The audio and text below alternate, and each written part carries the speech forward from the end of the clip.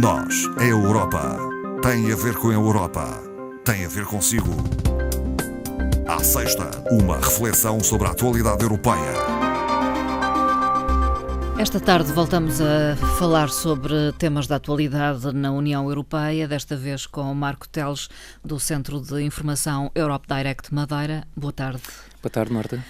Antes de propriamente passarmos a alguns dos temas que trouxe para conversa, para tema de conversa, relembrar que o programa dispõe de um mail através do qual podem participar nestas emissões, colocando questões, emitindo opiniões. É o noseeuropa@rtp.pt.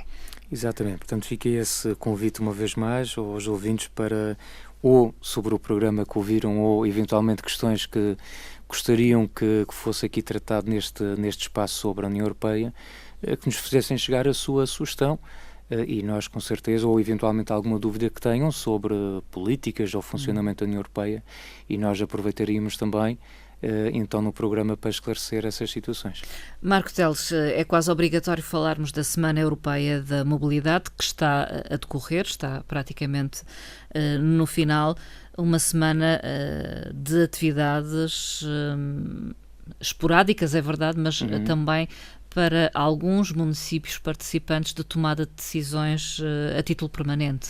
Exatamente. A Semana Europeia da Mobilidade é celebrada, portanto, anualmente.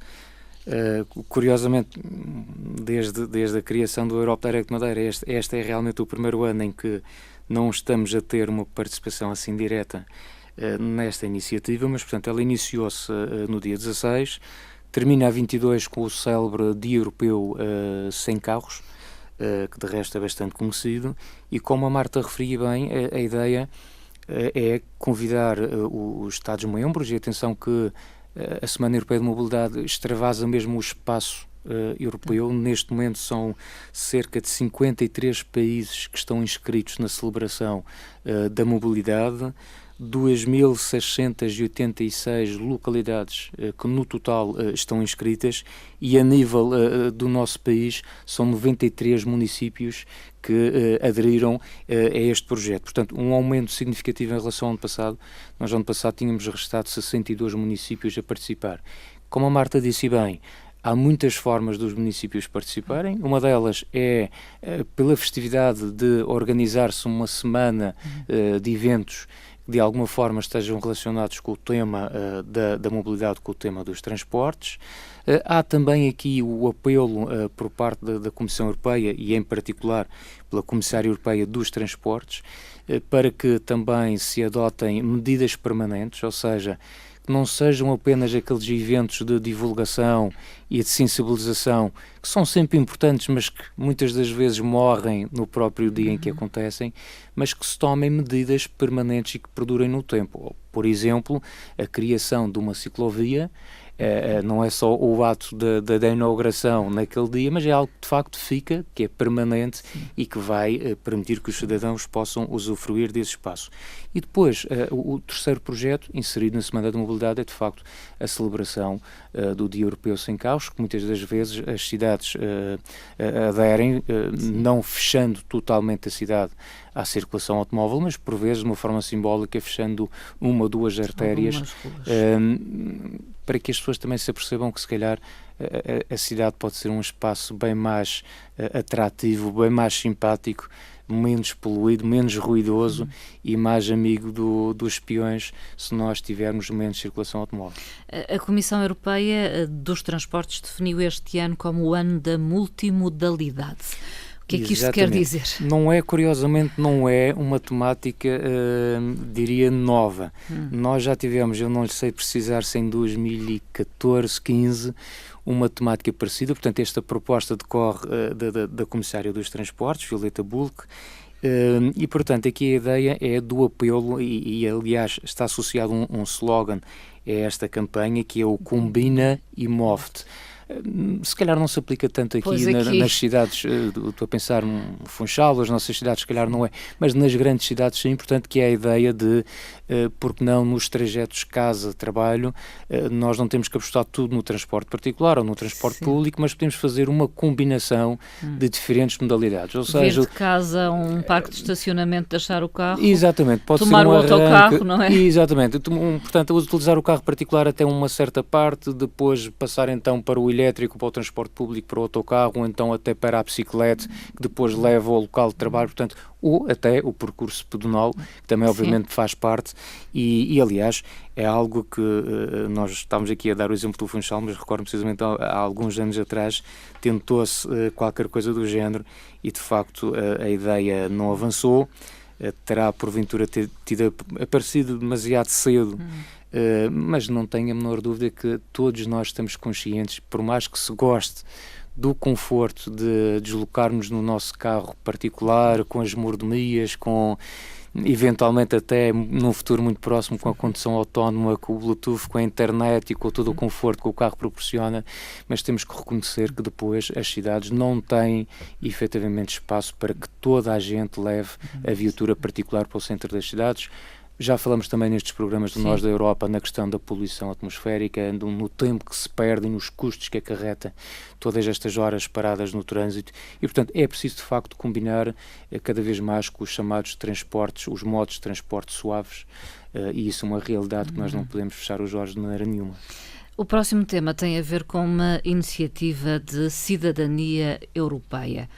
Um conjunto de pessoas juntou-se e propôs à Comissão o debate sobre um tema em particular. É uma possibilidade de participação, é uma possibilidade. Que se efetiva. Porquê que trazemos hoje esta iniciativa? Chama-se, traduzido à letra, alto à fraude e ao abuso dos fundos da União Europeia. É uma proposta, como a Marta referia, de um conjunto de cidadãos europeus.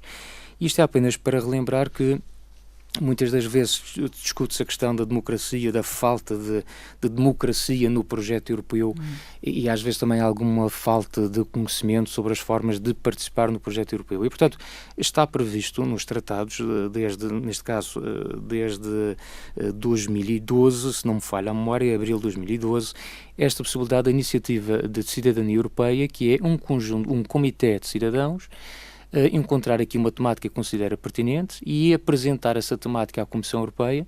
Tem que ser uma temática cujas decisões dependam efetivamente da Comissão, portanto não pode ser proposto numa área em que a Comissão Europeia não tem responsabilidades, não é?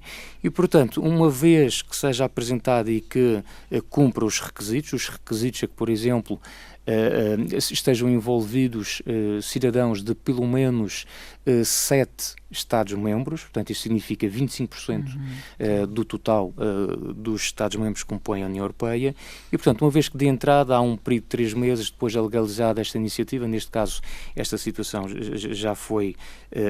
já decorreu dessa forma e a partir daí é dado um prazo de 1 ano para recolher 1 milhão de assinaturas. 1 milhão de assinaturas. Portanto, há depois umas regras, tem que ter um mínimo por cada país, tem que reunir por menos 7 países, como já disse, e há valores mínimos que decorrem, no fundo, do rácio da população de cada Estado-membro, e depois, no final, reunido esses requisitos, a proposta é novamente ouvida pela Comissão Europeia, que, atenção, nunca estará vinculada ao ponto de ter que produzir legislação com base nesta iniciativa, mas terá que sempre se pronunciar, ainda que a decisão final seja nós recebemos a vossa iniciativa, verificamos, está tudo bem, mas efetivamente achamos que não há condições para avançar e não vamos propor legislação, mas seja como for, a Comissão tem que se pronunciar e, se for o caso, dizer por que razão não leva avante esta iniciativa que recolheu e cumpriu os requisitos legais. Portanto, é um mecanismo, não é a primeira vez que surgem iniciativas deste género.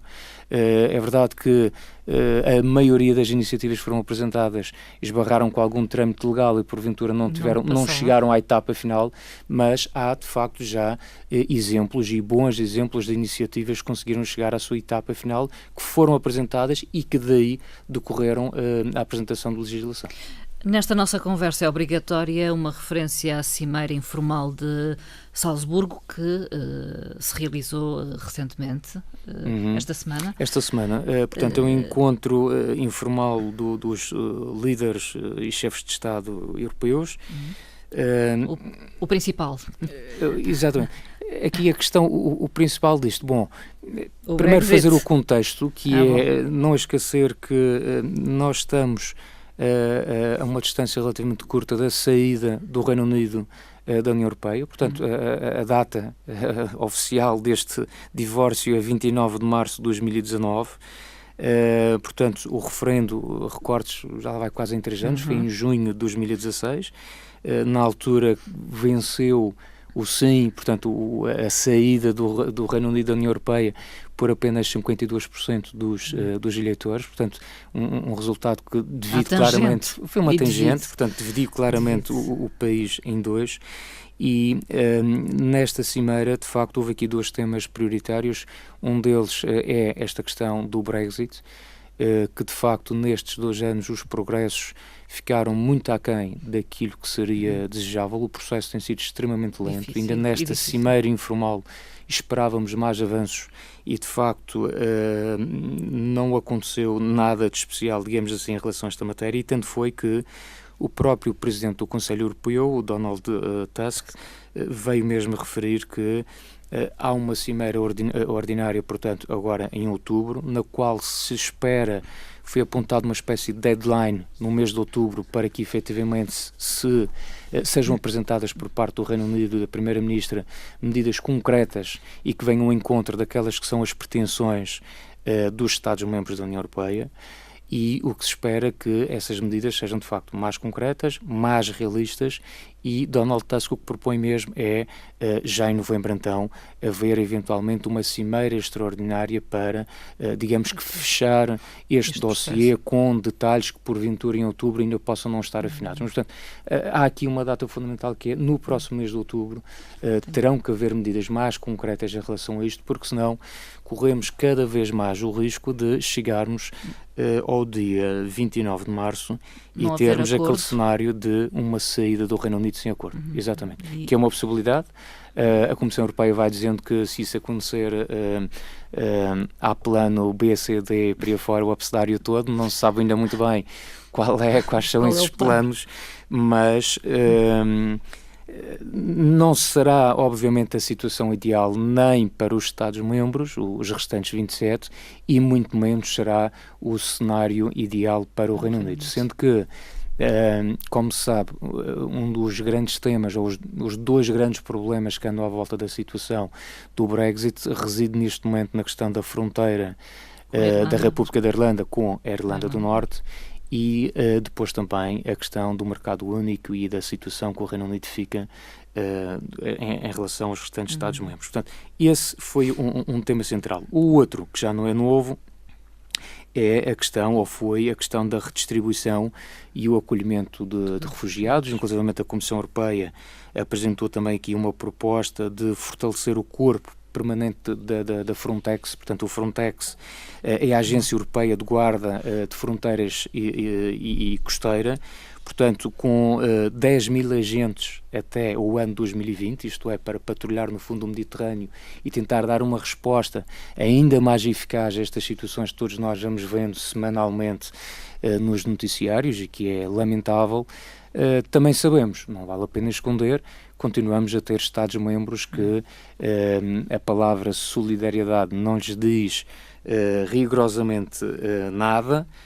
Um desses Estados-membros, como todos nós sabemos, é a Hungria, não é? Aliás, foi alvo de um procedimento pouco usual, no mínimo. Foi alvo de um procedimento que já era expectável, no fundo. Aliás, neste encontro agora na Áustria, Viktor Orbán inclusive afirmou perante os jornalistas que o problema dos refugiados era muito simples, era não os deixar entrar e, portanto, os que já estavam dentro do país, mandá-los embora. Portanto, ele tem uma solução muito simples, que é não entra mais ninguém, que já está, sai e resolve-se o problema. Portanto, é uma visão muito pragmática das coisas, que não é, felizmente, partilhada pelos restantes Estados-membros. Fala-se também aqui de que Se calhar pode haver soluções, digamos que intermédias, não haver uma redistribuição por todos os Estados-membros, mas haver uma compensação por parte daqueles Estados-membros que não estão dispostos a receber, mas possam contribuir de outra forma, e eventualmente até de forma financeira, eventualmente com um reforço no patrulhamento das linhas de corte, enfim, ajudar, mas de uma forma que não seja por via do acolhimento, e portanto haver aqui algum entendimento. E como a Marta referiu, e bem, em virtude desta posição extrema por parte da Hungria, o Parlamento Europeu solicitou ao Conselho da União Europeia que iniciasse o procedimento que está previsto no artigo 7º do Tratado da União Europeia, no sentido de verificar se existe ou não o risco de uma violação grave daquilo que está definido, que são os princípios básicos que estão definidos no Tratado da União Europeia, sobretudo no seu artigo 2, que eu passo só a citar porque parece-me claro. A União Europeia funda-se nos valores de respeito pela dignidade humana, da liberdade, da democracia, da igualdade, do Estado de Direito e do respeito pelos direitos do homem, incluindo os direitos das pessoas pertencentes a minorias. Estes valores são comuns a todos os Estados-membros, numa sociedade caracterizada pelo pluralismo, a não discriminação, a tolerância, a justiça, a solidariedade e a igualdade entre homens e mulheres. Claramente, estas posições, nomeadamente da Hungria e de outras situações que no passado até já aconteceram, até de outros Estados-membros também, mas em particular aqui a situação da Hungria, não vem de facto a respeitar estes valores que todos nós somos solidários, e este é no fundo, isto é o nosso ADN, isto é a nossa base, isto é a nossa imagem enquanto cidadãos europeus e enquanto projeto europeu. Portanto, não respeitar estas regras já de facto não pode ser tolerável, e portanto vamos ver o que é que vai acontecer, sendo que da ativação desse artigo 7º, a consequência mais gravosa, em situação extrema, seria a perda de possibilidade de participar em termos de votação no Conselho Europeu por parte da Hungria. Portanto, deixaria de ter o poder de se pronunciar de voto no Conselho Europeu, o que, penso que não havemos de chegar a essa situação, mas é um aviso muito sério à Hungria. Uma breve referência final a uma campanha que tem em conta a realização das eleições europeias em maio próximo. Um convite muito simples, em português, porque este site está feito nas 24 línguas oficiais, basta pôr no Google, pesquisar "desta vez eu voto", .eu. Portanto, não é .com, porque nós felizmente temos o .eu para o espaço europeu, e o convite é este: entrar nesta página "desta vez eu voto.eu", subscrever por lá o que se pede, por o nome, por o seu mail. O que é que ganhamos com isto? Ganhamos o facto de recebermos na nossa caixa de correio informação atualizada sobre o processo das eleições europeias, ganhamos a possibilidade, que é também o convite no fundo que eles fazem, para que possamos, através das redes sociais, convidar os nossos amigos também a aceder a esta página, seja através do Facebook, seja através, por exemplo, do Twitter, sobretudo estas duas redes sociais, e, portanto, manifestar a nossa predisposição para, em maio de 2019, nós assumirmos a participação em esse ato cívico, sendo que eu acho que cada vez mais estamos todos muito conscientes da importância que as eleições europeias em 2019 vão ter para o presente imediato, logo nessa altura, e para o futuro próximo de todos os cidadãos europeus. Marco Teles, até à próxima conversa. Até uma próxima, então. Obrigado.